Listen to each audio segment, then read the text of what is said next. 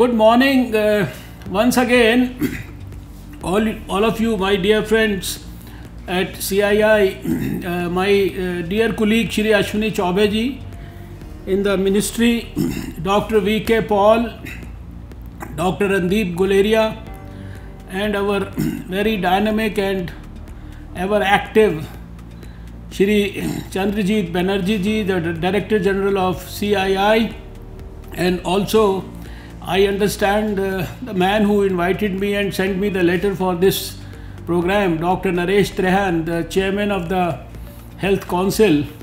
He is here in this CII conference and not in his operation theatre right now.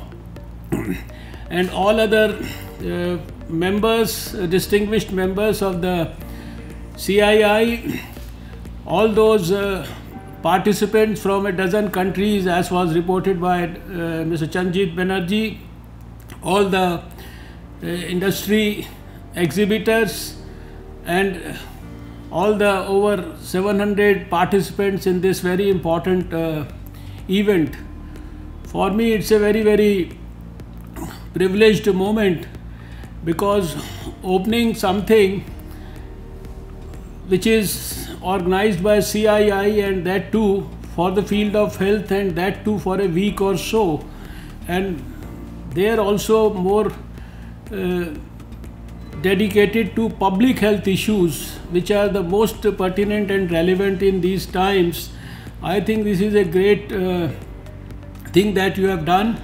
I must congratulate CII and our dear friends there.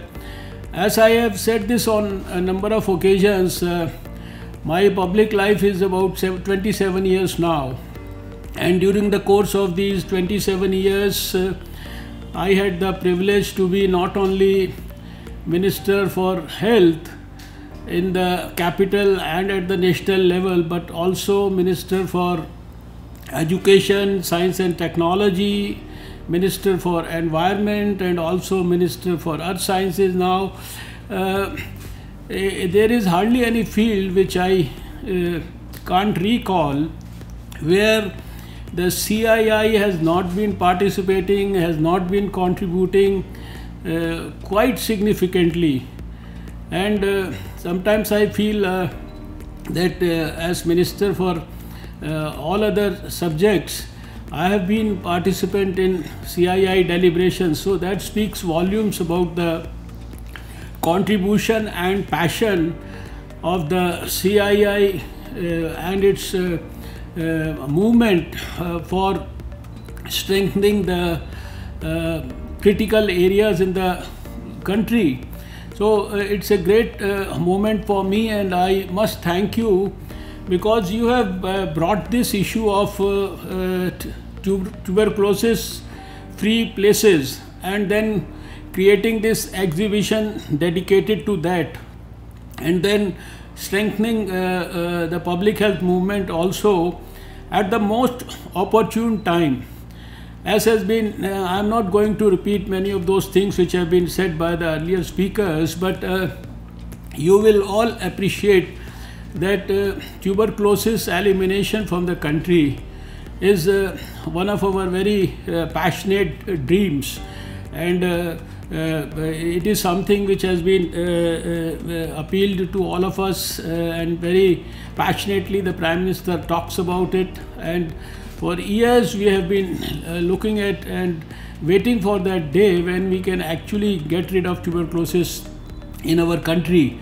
And the Prime Minister has set a very ambitious goal for us to finish it by 2025, in spite of the fact that the international goal is for the year 2030. And I say that this is the most opportune and the most optimum time, because when I look at it in the light of many other things that have, because when we think about tuberculosis as a medical professional, we can see that it is something which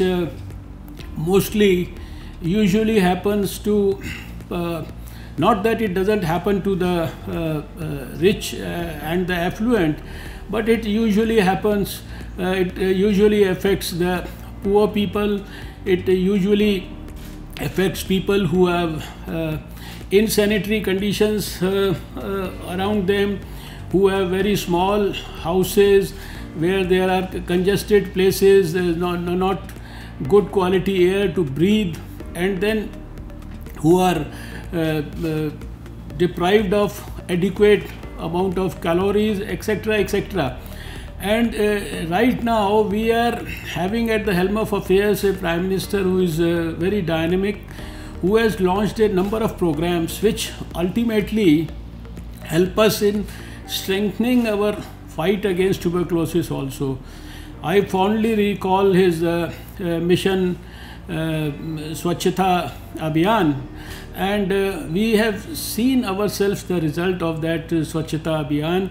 It's not only about the crores of toilets that have been built in the country, but the culture that has changed all over the country, even amongst the poorest of the poor, and that is why now a lot of we find that there are a lot of significant positive changes that we have started observing in the parameters and the data also.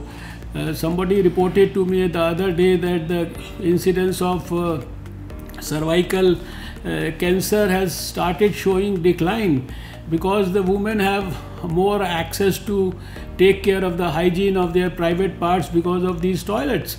And a lot of data like this, with movements around. Now there is a movement for clean potable water for every citizen of the country.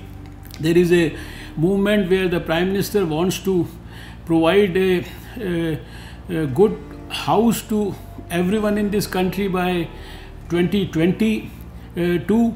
And then of course the movement around Digital India, where he wants that everyone in this country should have access to all the health facilities, all the telemedicine, all the education, and more particularly health education, messages, everything in his telephone.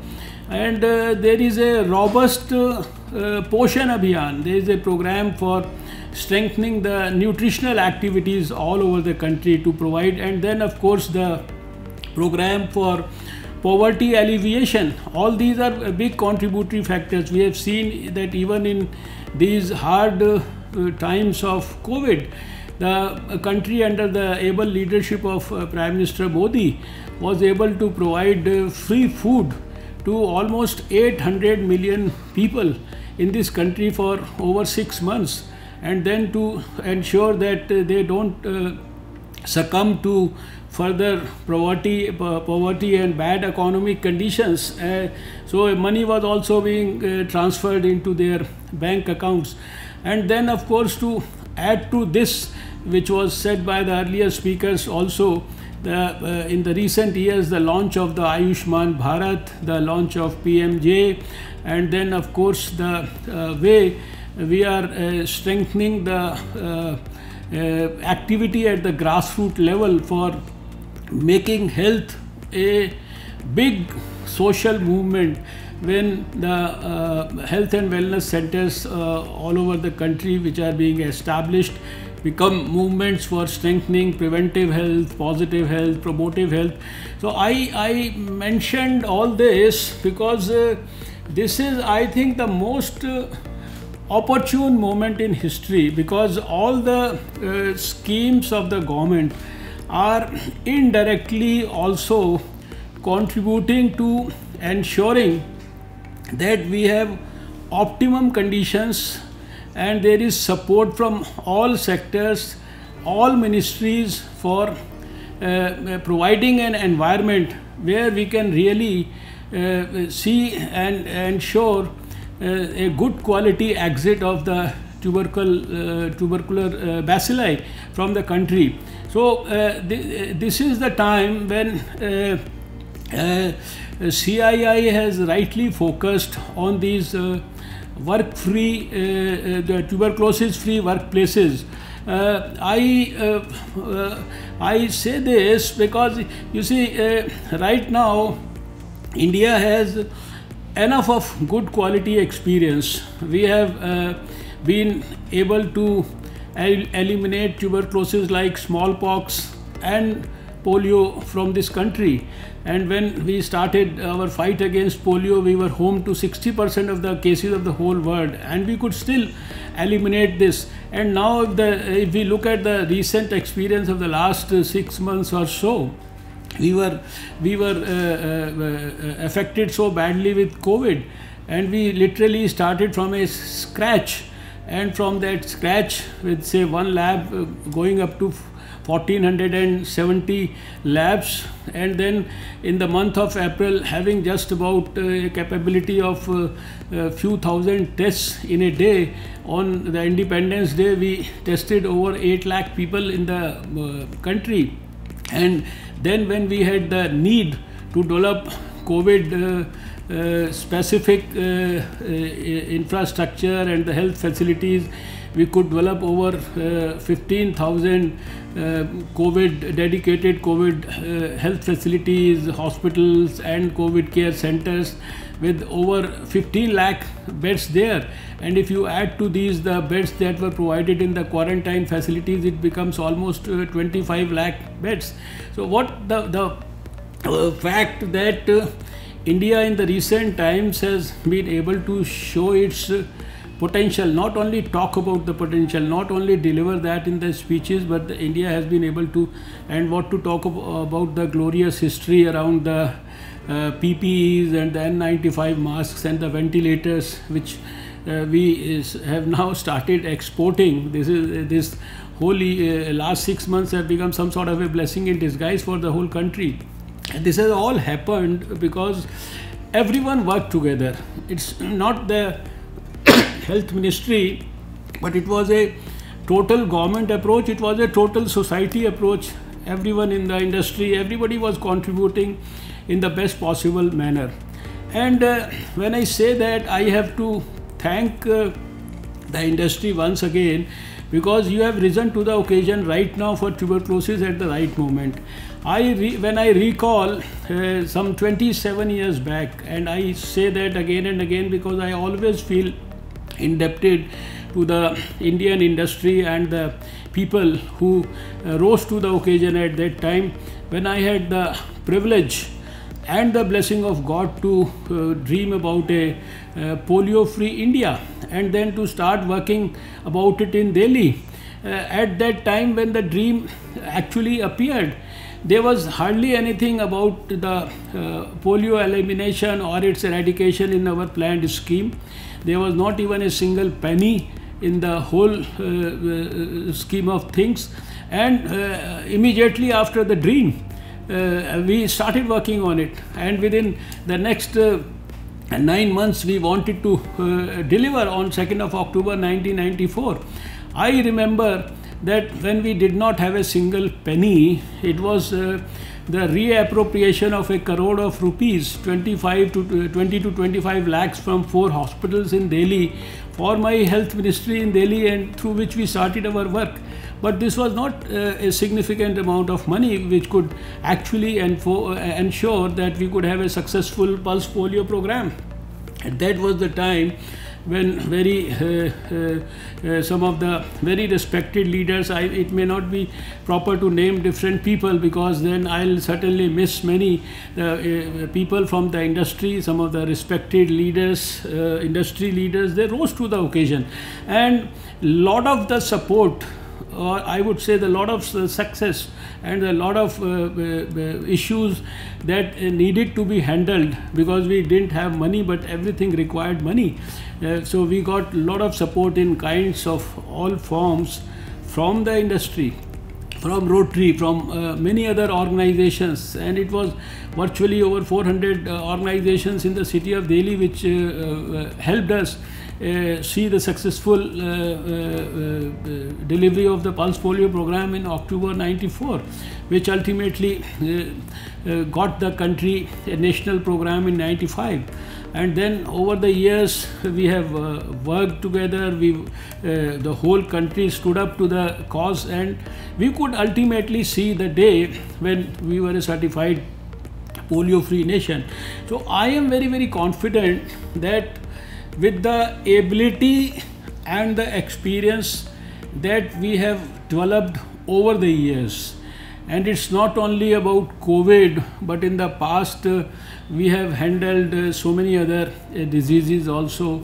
We didn't allow Ebola to enter our country in 2014. Last 2 years, we didn't allow the Nipah virus to get out of Kerala and affect the rest part of the country. We handled so many other, right from the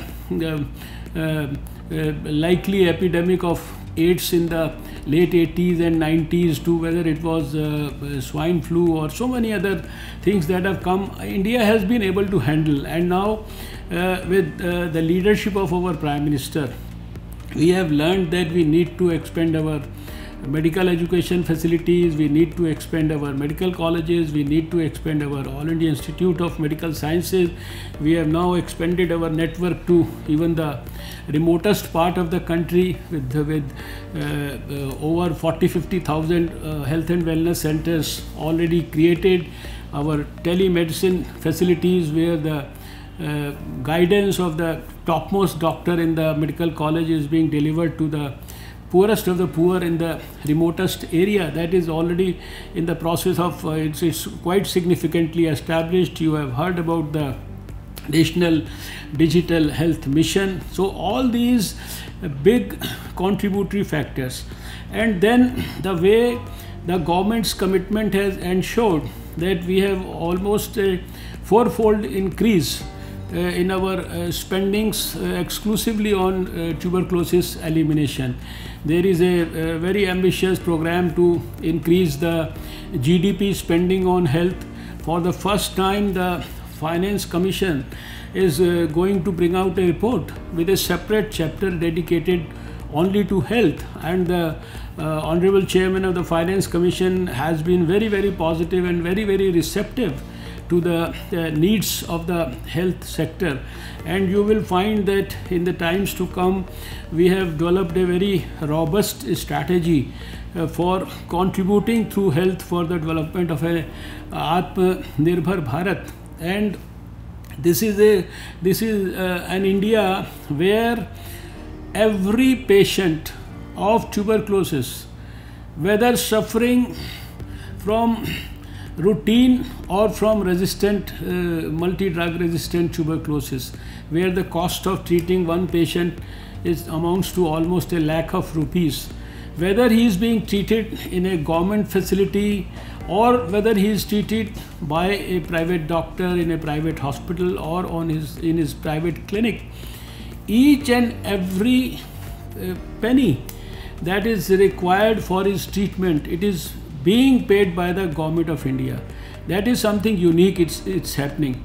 And if a doctor in the private sector reports to our system that he is already treating a tuberculosis patient, and he puts that data in our registry, he gets honorarium for that.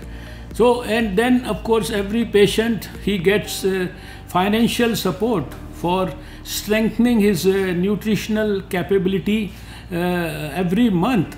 And then of course, to add to this, I remember 2014 I had launched when I was here in this ministry for a period of 6 months, I had launched the biggest survey, and recently again we have launched another big survey for detection of tuberculosis cases. In the last 1 or 2 years, we have I think been able to detect over almost a million of tuberculosis cases which were remaining undetected in this country, and which was a major challenge, and that has given us the confidence that we can now eliminate tuberculosis in this country by 25. All over the country, in almost it's not almost all the districts, we have now the CBNet and the TrueNet machines, where you can just detect in one single go whether the person suffers from a multi-drug resistant tuberculosis. You can start the adequate treatment. And I fondly remember that in the 90s, when I was health minister in Delhi, WHO, I had taken the help of the World Health Organization to launch two specific movements in Delhi. There one was a healthy marketplaces and another was a healthy workplace. They were like small models which could be developed and which could further be emulated.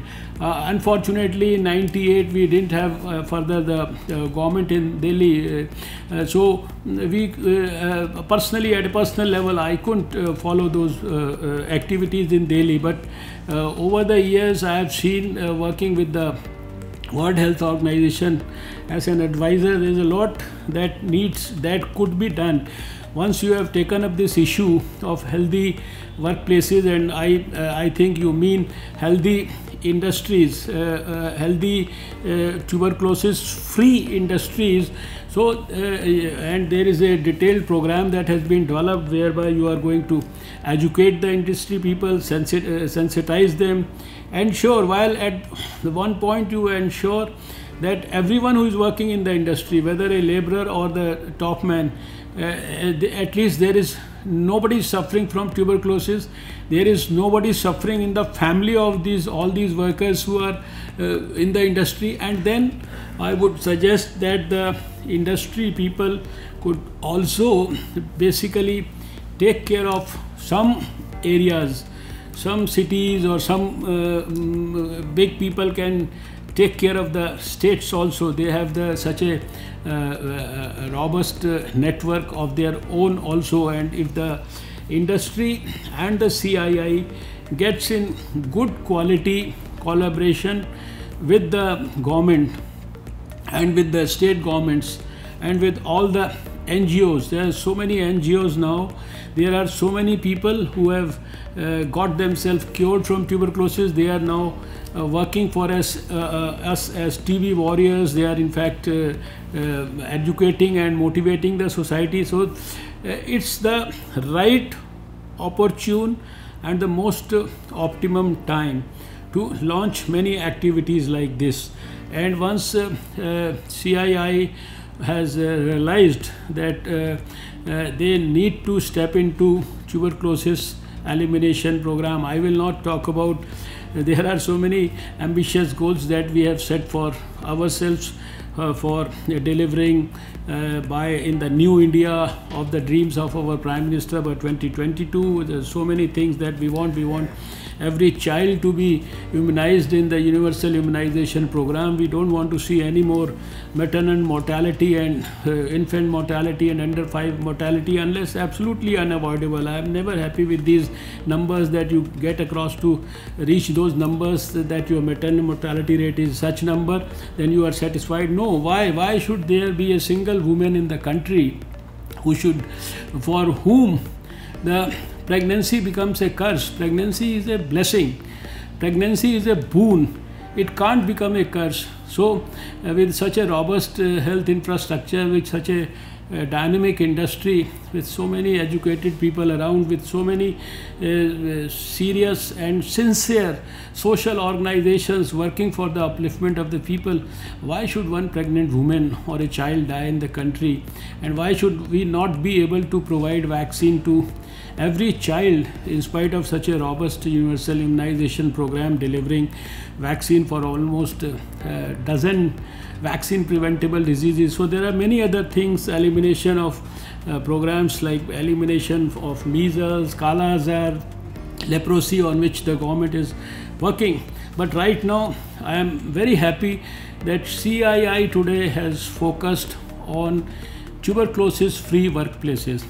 And if what you are showing in the exhibition, what is being discussed today, what has been talked about, if this actually becomes a reality in the working of the CII, which I am sure you will take it with the same amount of dedication and commitment and renewed vigor and enthusiasm. And I know when people like Chandrajit Banerjee are around, I have seen you working for almost 3 decades now in this organization.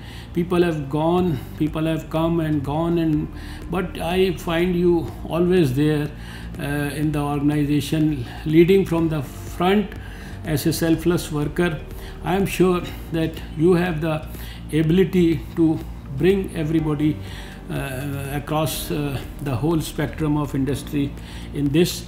And my experience of polio eradication tells me very confidently that industry has the ability, and industry has the spirit of selfless commitment also to deliver when the nation asks for it.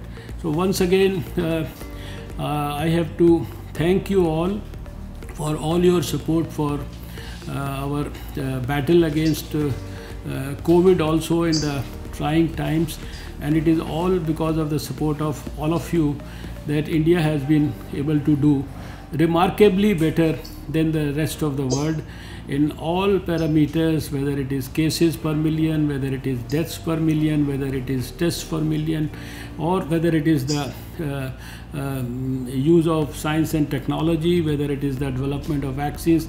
We are not lagging behind anyone else in the whole world, and we fortunately have the blessings of our Prime Minister.